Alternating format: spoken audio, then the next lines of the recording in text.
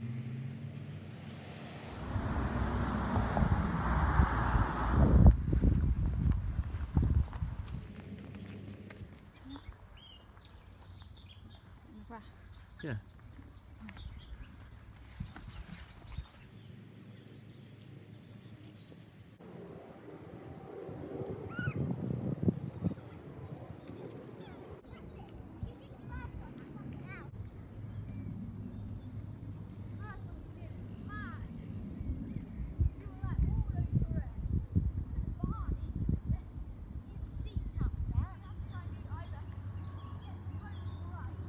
Hi, I'm Nathan Oakley, and the reason for this video is to firstly get a bit of an idea of how fast the sun whizzes past us. So it's currently about 1:37 in the afternoon, and I'll give you a quick glimpse at the sun's position. Not that you can probably see anything, probably completely washed out. But yeah. The other reason is to promote the JLB and Antonio Subirats debate, which is tonight at midnight. Today is the 28th of May 2016, so midnight our time, technically Sunday the 29th. So yeah, tune in, be here, be sphere. The other reason for doing this video is to explain something that people may have seen on some of my comments and lots of videos that I will mirror on Oakley Chord's channel. And the reason I've done what I've done is because after seeing lots of people who do make videos but ultimately won't necessarily come out on camera live or speak openly about what they're discovering, their experiments, their experiences, and they won't do this because of the potential danger of troll abuse. Now, I've got very thick skin and don't care about the abuse that will come my way as a result of me sinking to their level and doing exactly what they do to others. So in doing so, I appreciate that people are going to be shocked by what they see, and they're entitled to. That's kind of the point, that people are shocked by it. Not people, but specifically the people who give out abuse. So I've put out troll bait, got abuse, and then I've gone back to them with the exact same abuse. In fact, 10 times worse. But with one significant difference. So when I give out abuse to Faceless potatoes, there's no damage to the reputation of that person. Ultimately, they have an anonymity, and according to a lot of them, that's the reason they can't be hurt if they have this anonymity. Whereas if you're out in the open, you have the potential of being hurt by people who are not. In reality, the downside to being a faceless potato is that people will still attack you, people like me. And when I see response videos where they're absolutely shocked that I call them a baby-eating rapist, they shouldn't be shocked. They have no reputation to damage as a consequence of this. But they are shocked, and it is shocking, and it's very much me holding a mirror up to their behaviour in doing so. And I realise that it may lower other people's opinion of me when I do this, which is something I'll have to take on the chin and just give my explanations when needed. But it ultimately highlights what they are doing.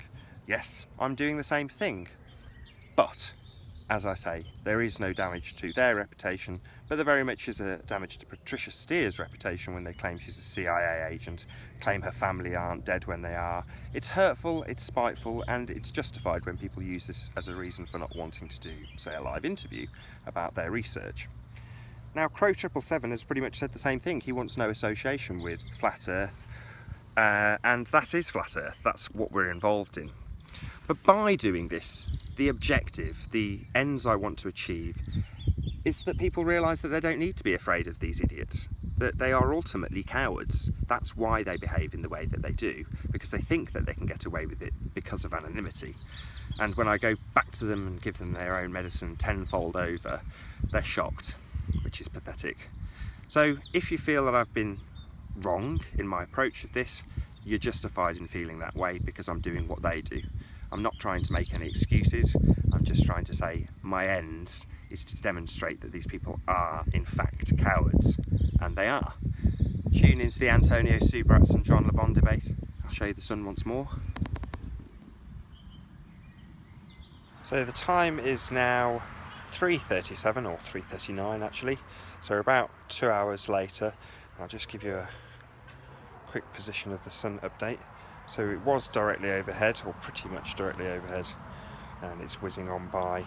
I would estimate that in the next 2 hours it'll actually be nearing the horizon line.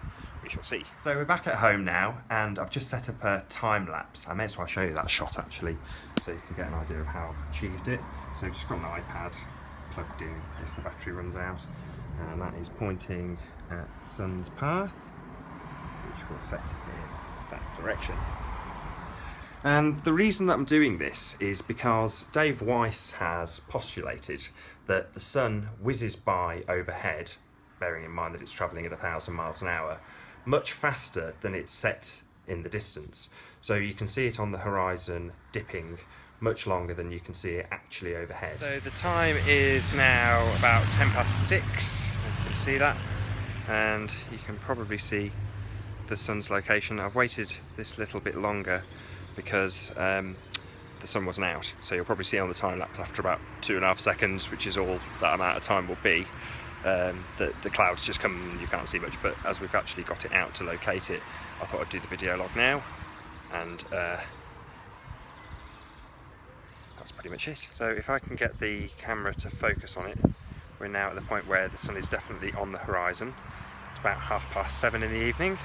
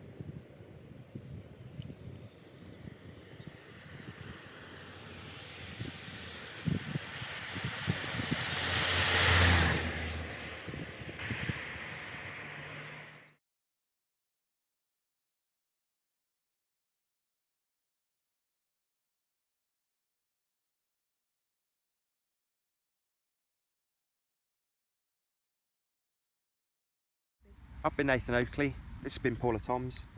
No, not Paula Toms anymore, are we? We're married. We're allowed to own dildos.